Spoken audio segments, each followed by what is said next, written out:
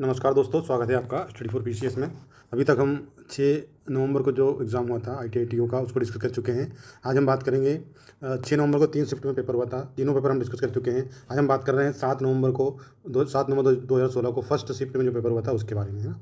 तो देखिए किस प्रकार के प्रश्न आए हैं। मेरा आपसे ये अनुरोध रहेगा कि अगर आपको पेपर निकालना है तो पेपर के जो क्वेश्चन है उसके पैटर्न को समझिए, उसको कहाँ से आ रहा है, किस प्रकार से क्वेश्चन पूछे जा रहे हैं। इसी प्रकार के वर्तमान में जो प्रश्न हैं जैसे करंट अफेयर के, उनको आपको तैयार करना है और इसी प्रकार के प्रश्न अभी पूछे जाएंगे। तो आपको इससे बस ये एक आइडिया हो जाएगा कि किस प्रकार के प्रश्न इस परीक्षा में पूछे जाते हैं, क्या इसकी रिक्वायरमेंट है। तो इसके हिसाब से आपको तैयार करना है। जैसे मैं पहला प्रश्न पढ़ रहा हूँ। विश्वनाथ आनंद भारत के पहले ग्रैंड मास्टर की उपाधि प्राप्त करने वाले शतरंज के खिलाड़ी थे। दूसरा कौन था? तो पहला पूछा है तो दूसरा कौन है। तो हाल ही में जो चर्चा में रहे हैं उन खिलाड़ियों के बारे में आप देख लें। तो दूसरे जो चर्चित खिलाड़ी रहे हैं विश्वनाथ आनंद के बाद, तो इनका नाम है दिव्येंदु बरुआ।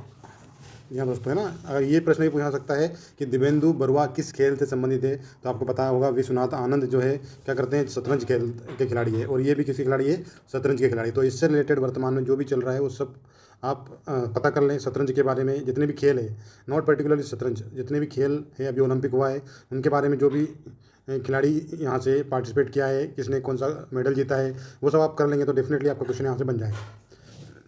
अगला प्रश्न देखते हैं हम। निम्नलिखित स्थानों में से कहाँ साहित्य अकादमी का मुख्यालय स्थित है? जी हाँ, तो जितनी भी अकादमी हमारे मध्य प्रदेश में है या जितनी भी भारत में अकादमियाँ हैं उनके सारे मुख्यालय कब बनी, कौन सी डेट में बनी, वो आप सर्च करोगे तो आसानी से आपको गूगल पे मिल जाएगा, है ना। तो साहित्य अकादमी का मुख्यालय इन्होंने पूछा है, तो ये नई दिल्ली में है। खास करके उन अकादमियों के बारे में आपको पता करना है जो हाल ही में चर्चा में रही है। तो इसका जो आंसर रहेगा क्या आएगा? नई दिल्ली। ठीक है, अब हम बात करते हैं अगले प्रश्न की। हमारा अगला जो प्रश्न है, निम्नलिखित में से कौन सा स्थान कुंभ मेले के से संबंधित नहीं है? आपको पता है 4 जगह मेनली कुंभ मेला लगता है। तो कौन सा स्थान इसमें संबंधित नहीं है तो वो बताना है। तो आपको पता होगा इलाहाबाद में लगता है, हरिद्वार में लगता है, उज्जैन में लगता है, और एक लगता है नासिक में, ना कि वाराणसी में, है ना। तो ये वाराणसी को यहाँ से हटाना है। ये वाराणसी क्या है? सबसे प्राचीन शहरों में एक शहर वाराणसी है ना। तो ये आप याद रखें। और यहाँ पे 4 जगह याद रखें कहाँ कहाँ पे कुंभ मेला लगता है। हरिद्वार, नासिक, है ना, इलाहाबाद और उज्जैन। ठीक है, इसका कोड बना लें आप तो आपको याद रह जाएगा, है ना। इसके बाद बात करते हैं हम अगला प्रश्न। 1981 में मध्य प्रदेश में ध्रुपद केंद्र कहाँ स्थापित किया गया था? ठीक है, यहाँ पे पूछा गया है where is the Madhya Pradesh was the Dhrupad Kendra establish 1981। तो उज्जैन, इंदौर, कटनी या भोपाल में। तो सभी को पता है ध्रुपद केंद्र 1981 में कहाँ स्टेब्लिश किया गया था? भोपाल में। भोपाल में बनाया गया है हमारा ध्रुपद केंद्र। तो जितने भी केंद्र है इस प्रकार से कला से संबंधित, उनको आपको याद कर लेना है ना। यहाँ से प्रश्न अब ये पूछा जा सकता है कि जो मध्य प्रदेश में ध्रुपद केंद्र भोपाल में स्थापित किया गया है उसकी स्थापना किस वर्ष की गई? तो याद रखना है आपको 1981 में। अगला प्रश्न देखेंगे हम। 2016 में भारत के किस विश्व धरोहर स्थल पर्यटन स्थल ने ब्रिक्स सम्मेलन की मेज़बानी करी थी? तो सभी को पता है खजुराहो ने इसकी मेज़बानी करी थी। खजुराहो नृत्य समारोह किस डेट में होता है, कौन से माह में होता है? तो ये फरवरी माह में होता है, याद रखें आप। फरवरी माह में किन किन कलाकारों ने इसमें भाग लिया है ये याद रखें। कहाँ होता है ध्रुपद समारोह? है ना, खजुराहो नृत्य समारोह कहाँ होता है? खजुराहो में। खजुराहो क्यों प्रसिद्ध है? ठीक है, इसके बारे में बताना है आपको। अगला प्रश्न हमारा है, निम्न में से किस शहर में incredible India tourism investment summit 2016 आयोजित की गई? तो इस प्रकार की जो भी समिट वर्तमान में 2024 में हुई है उन सभी समिटों को आप गूगल पे सर्च कर ले। बहुत आसान है, अगर आप थोड़ा सा दिमाग लगा के पढ़ाई करेंगे तो डेफिनेटली आप पेपर निकाल लेंगे। कि जिस प्रकार से प्रश्न पूछे जाते हैं उनकी प्रकृति को समझना है और उसी प्रकार के प्रश्न हमको तैयार करना है। एक दिन में आप करोगे पेपर का एनालिसिस तो इससे रिलेटेड सारे प्रश्न आप एक दिन में कर सकते हो। तो कहाँ हुआ था? नई दिल्ली में। अगला प्रश्न, निम्नलिखित में से किस भारतीय फिल्म को ऑस्कर अवार्ड्स 2017 के लिए विदेशी फिल्म की श्रेणी में आधिकारिक रूप से प्रवेश मिला है? तो क्या नाम है इसका? विसार नहीं, है ना। ये हमारे किसी काम की नहीं है ना। मैं आपको पढ़ा रहा हूँ तो आप सोच रहे होंगे कि सर ये क्यों बता रहे हैं, किसी काम की नहीं है। तो अभी वर्तमान में ऑस्कर से रिलेटेड जो भी मूवी इंडिया की है या बाहर की है उनको हमको तैयार करना है कि वर्तमान में कौन सी मूवी को क्या अवार्ड मिला है, कौन सी मूवी को नामित किया गया है ऑस्कर अवार्ड के लिए, किसने अवार्ड जीता है, ये सब हमको पता होना चाहिए यहाँ से। अगला हमारा जो प्रश्न है, किस भारतीय क्रिकेटर ने कैंसर से लड़ाई लड़ी एवं यूवी केन फाउंडेशन की शुरुआत की? सभी को पता है हमारे फेवरेट 6 बॉल पर 6 छक्के मारने वाले युवराज सिंह ने उस समय इनको कैंसर हुआ था, उससे लड़ाई लड़ी और उसको मात दी है और एकदम स्वस्थ हो गए हैं। तो वर्तमान में इस प्रकार से किसी खिलाड़ी के बारे में आपको पता करना है, जैसे विराट कोहली हो गया, है ना, और हमारे रोहित शर्मा हो गए, हमारे सूर्य कुमार यादव हो गए, इनके बारे में टू जेड जानकारी आपको पता होना चाहिए। डेफिनेटली आपका प्रश्न यहाँ से बन जाएगा। अगला प्रश्न हमारा है, which district of Madhya Pradesh has common border with Ratlam, Dhar, Indore, Agar Malwa. ठीक है, मध्य प्रदेश का कौन सा जिला रतलाम, धार, आगर मालवा, इंदौर और देवास और शाजापुर किसके साथ सीमा साझा करता है? तो उसको बताना है आप क्या है इसका आंसर क्या है, उज्जैन। उज्जैन है, इसकी सीमा रतलाम से लगती है, धार से लगती है, इंदौर से लगती है, आगर मालवा से लगती है और देवास से लगती है और शाजापुर से भी लगती है। ठीक है, तो इसको याद रखें आप। अब अगला प्रश्न है, रक्त जमने के लिए निम्न में से कौन सा विटामिन जरूरी है? तो सभी को पता है, बहुत सिंपल है, विटामिन के है, रक्त का थक्का जमाने में काम आता है। तो इसी प्रकार के सारे विटामिन के कार्य आपको पढ़ लेना है, कौन से विटामिन की कमी से कौन सा रोग होता है और कौन सी सब्जी खाने से या कौन सा फल खाने से कौन सा विटामिन हमको मिलता है, ये भी हमको बताना चाहिए। विटामिन के साइंटिफिक नेम आपको पता होना चाहिए, है ना। गूगल पर सब मिल जाएगा, यूट्यूब पर आप डालोगे तो मिल जाएगा। मैं केवल ये बता रहा हूँ कि किस प्रकार के प्रश्न पूछे गए हैं और किस प्रकार से हमको प्रश्न तैयार करने हैं। अब अगला प्रश्न है, अशोक चक्र में कितनी तीलियाँ होती है? वेरी सिंपल प्रश्न है ना। हमारे जो हमारा जो तिरंगा है, इस पर बीच में आपने चक्र देखा होगा, ये अशोक चक्र है और इसमें 24 तीलियाँ होती है। ठीक है, ये हमको याद रखना है यहाँ पे।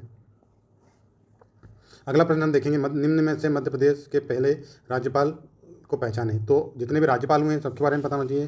पहले राज्यपाल हम सबको पता है, पट्टाभी सीतारमैया, है ना। पहले पूछे, पहले कौन है? पट्टाभी सीतारमैया। अगला, निम्न में से कौन सी नदी मध्य प्रदेश से होकर नहीं बहती है ना? तो कावेरी नदी मध्य प्रदेश से नहीं होती है। चंबल नदी की लंबाई आपको पता होना चाहिए। चंबल नदी की लंबाई 700 कितनी है? 784 किलोमीटर, है ना। और नर्मदा की 1312 किलोमीटर, है ना। मध्य प्रदेश में कितनी है? 1043 किलोमीटर, ये याद रखना है ना, ये आपसे पूछा जा सकता है। कावेरी नदी दक्षिण भारत की नदी है, तो ये मध्य प्रदेश में नहीं बहती है ना। भगोरिया मध्य प्रदेश के किस जनजाति का समुदाय का नृत्य है? तो दोस्तों मैं डेफिनेटली बता रहा हूँ, एक प्रश्न आपके पेपर में जरूर आएगा जनजातियों से रिलेटेड। तो एक बार जनजाति को आप देख लें, अभी इतना समय बचा नहीं है कि आप पूरी जनजाति याद कर पाएँ, बहुत टाइम लग जाता है। लेकिन एक बार आप देखेंगे तो डेफिनेटली सिंपल प्रश्न पूछा जाएगा, जैसे कि ये पूछा है, भगोरिया किस जनजाति का है? तो भील जनजाति का है। ज़्यादा डेप्थ में MPPSC जैसे एग्जाम में पूछा जाता है, इन एग्जामों में नॉर्मल पूछा जाएगा आपसे। अगला प्रश्न, जिसे हाल ही में नेशनल सिक्योरिटी गार्ड का महानिदेशक नियुक्त किया है? तो जितनी भी हमारी सेना है, थल सेना, वायुसेना, है ना, जल सेना और BSF, जितने भी हमारी सिक्योरिटी फोर्सेस है, सबके प्रमुखों के नाम हमको याद होना चाहिए। ये उस समय का है तो इसको पढ़ने का कोई मतलब नहीं है, अभी जो वर्तमान में उनको याद रखें आप। मध्य प्रदेश में किन राज्यों में अपनी सीमा साझा करता है? तो उत्तर प्रदेश, छत्तीसगढ़, महाराष्ट्र और गुजरात, है ना। इन राज्यों से मध्य प्रदेश, बहुत ही सिंपल प्रश्न है, सभी को पता है। भारत के राष्ट्रपति का नाम बताएं। तो वर्तमान में जो राष्ट्रपति उनका नाम बताना है, द्रौपदी मुर्मू पहले राष्ट्रपति का पूछा है यहाँ पे इन्होंने। तो इन्होंने पहले कौन थे? डॉक्टर राजेंद्र प्रसाद हमारे प्रथम राष्ट्रपति थे। 2016 में किस शहर में अपने खास बाल केसर जागरूकता प्रदर्शनी का आयोजन किया है? तो इस प्रकार की कोई प्रदर्शनी लगी हो तो ये आगरा में लगी थी, तो आप याद रखें, इस प्रकार की कोई प्रदर्शनी लगी है तो उसको याद करनी है। भारत की पहली जल विद्युत परियोजना कौन सी है? तो कर्नाटक के शिव समुद्र जो जल परियोजना, ये भारत की पहली जल विद्युत परियोजना है। निम्न में से कौन सा नेशनल पार्क भारत का सर्वाधिक प्राचीन नेशनल पार्क है? तो जिम कॉर्बेट 1931 में बना था, है ना। तो इसको याद रखें, उत्तराखंड में है जिम कॉर्बेट, है ना। उतरते चढ़ते हैं तो जिम करते हैं ना, तो इसे याद रखें, उत्तराखंड में जिम कॉर्बेट है। कम से कम आपको मध्य प्रदेश के सारे नेशनल पार्क के नाम याद होना चाहिए कि कौन सा नेशनल पार्क कहाँ पे है, कौन से ज़िले में है, कितना क्षेत्रफल है, वर्तमान में चर्चा में रहा है। जैसे अभी वर्तमान में चर्चा में रहा है हमारा कूनो नेशनल पार्क, तो उसके बारे में A to Z जानकारी आपको पता होना चाहिए। अगला प्रश्न, मध्य प्रदेश सरकार द्वारा ममता अभियान के लिए किससे ब्रांड एम्बेसडर नियुक्त किया गया है? तो ये ब्रांड एम्बेसडर अभी वर्तमान में मध्य प्रदेश ने किसी को नियुक्त किया हो तो वो याद कर लें। उस समय जो किया था माधुरी दीक्षित को किया था। मध्य प्रदेश के मुख्यमंत्री हेल्पलाइन नंबर क्या है? सभी को पता है, सब शिकायत करते थे, 181, है ना। ये क्या है? CM हेल्पलाइन नंबर है। ये तो नॉर्मल प्रश्न है, सभी को पता है, उस समय इसलिए पूछा था क्योंकि स्टार्ट किया था इसको, है ना। अभी ऐसी कोई सेवा अगर मध्य प्रदेश में स्टार्ट की गई है तो वो याद रखें आप, जैसे एम्बुलेंस का नंबर हो गया, है ना, पुलिस का नंबर हो गया, डायल 100 याद रखें, इसके बारे में जानकारी तो पूछ सकते हैं यहाँ से। मानव शरीर में किस भाग में हिपोकैम्पस मौजूद होता है? तो ये किस भाग में होता है? दिमाग में होता है ना। तो शरीर से रिलेटेड भी प्रश्न आपको पता होना चाहिए, है ना। तो कहाँ से कौन सा प्रश्न पूछा जा सकता है, इसके बारे में कोई अनुमान नहीं लगाया जा सकता, लेकिन हमारे शरीर की नॉर्मल जानकारी हमको पता होना चाहिए।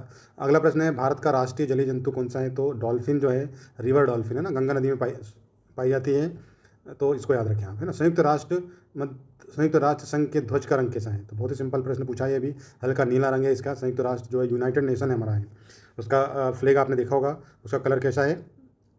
Light blue. अब बिजली में आग के मामले में हमें इस्तेमाल करना चाहिए, ठीक है। बिजली से अगर कहीं पे आग लग गई है तो उसको आप किससे बुझाएंगे?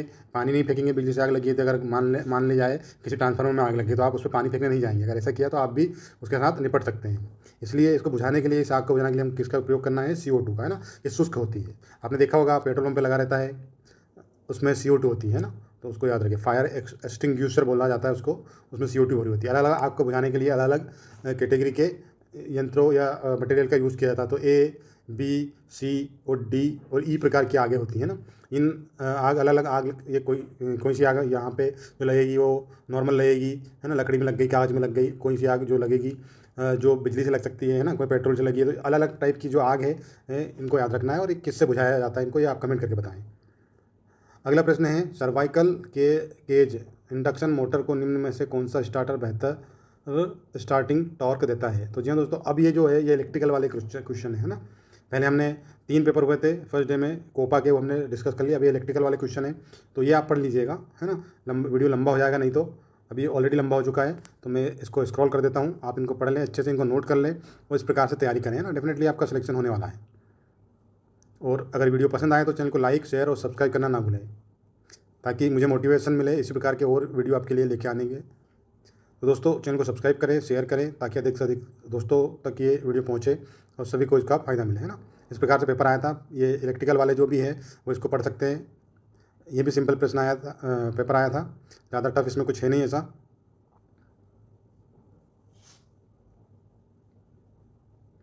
आप पॉज करके देखेंगे तो आपको देख सकते हैं क्या किस प्रकार से प्रश्न आए हैं। और मैं इसको कमेंट में पेपर को पिन कर दूंगा, तो वहाँ से भी आप देख सकते हैं। दोस्तों आज के लिए इतना ही, धन्यवाद।